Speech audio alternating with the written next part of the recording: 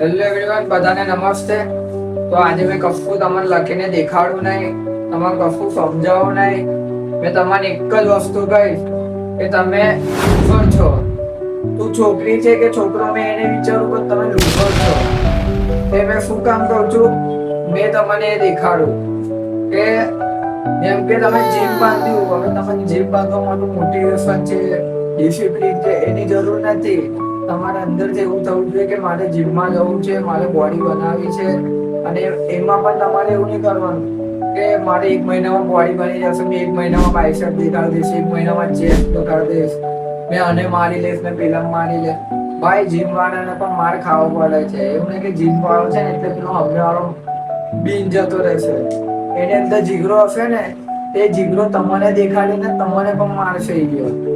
તો જીમમાં તો મોટિવેશન ની જરૂરી, ડિસિપ્લિનની પણ જરૂર છે. જેમ કે કમ્ફર્ટેબલી જીમમાં જવાનું, જીમમાં જઈને વર્કઆઉટ કરવાનું. તમે ઘરે શું ખાવ છો, જેમ કે જીમમાં જાવ તો પછી તમે ઘરે આવીને બંને વસ્તુ ખાવ છો, પિઝા છે, બર્ગર છે, એ બધું ખાવ છો. હા, તમે બહાર જાઓ, બહારથી માંસ પણ મળે છે, ઈંડા પણ મળે છે. તો તમે માંસ ને ઈંડા ના ખાતા હોય તો વીજળી પણ છે, બહુ આઈટમ છે, પનીર છે, સોયાબીન છે, વગેરે વગેરે બધું છે.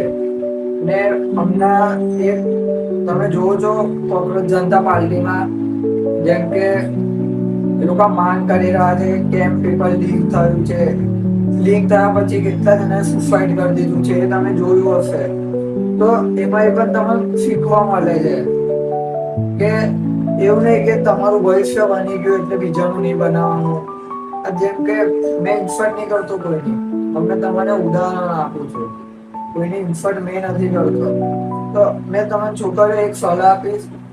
જેમ કે તમારે કોઈ છોકરો ગમી ગયો હોય, તે છોકરાને પ્રપોઝ કરો, પૂછી પણ લો કે શું તું મને પ્રેમ કરે છે. હા, પણ મેં તમને કહું તો હમણાં તમારી એજ નથી આ બધું કરવાની. કે તમે 18 વર્ષથી ઉપર હો તો ચાલી જશે, પણ જે 18 વર્ષથી નીચે છે, જે 15, 16, 17 વર્ષના, એમની એજ નથી લવ કરવાની. મેં પોતે કહું છું તમને, મારી અંદર પણ એક રિલેશનશિપમાં એક છોકરી આવી હતી.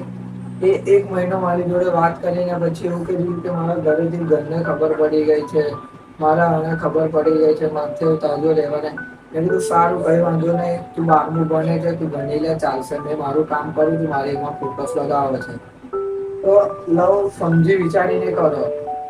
તમને એવું લાગે કે ના આ છોકરો લગ્ન કરીશ તઈ લગીન સાથ આપશે, લગ્ન પહેલા પણ સાથ આપશે, લગ્ન પછી સાથ આપતો રહેશે, એની જોડે કમ્પ્લીટ લવ કરો.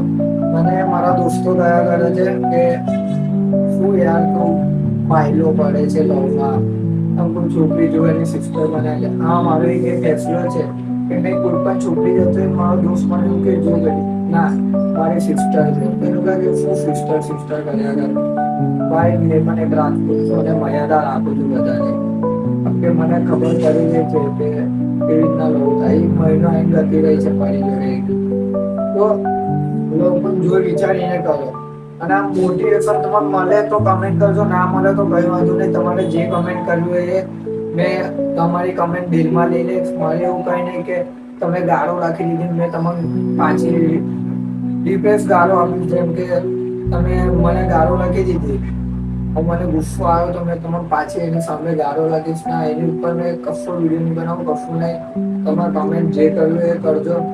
તો મારે આજનું આ કેવું હતું. અને હજુ પણ મેં કાલે તમને કહીશ કે શું તમને અંદરથી એવું થઈ રહ્યું છે કે તમે ચલો મારી બધી વાત છોડો. મેં તમને એવું કહે કે 3 વસ્તુ જે છે એ તમારા સક્સેસ માટે છે, એની ઉપર મેં કાલે એક ટોપિક બનાવીને તમને અપલોડ કરી દઈશ. કે 10-15 મિનિટનો વિડીયો હશે. તો બહુ લાંબી વાત નહીં કરીએ. મને સપોર્ટ, લાઈક ને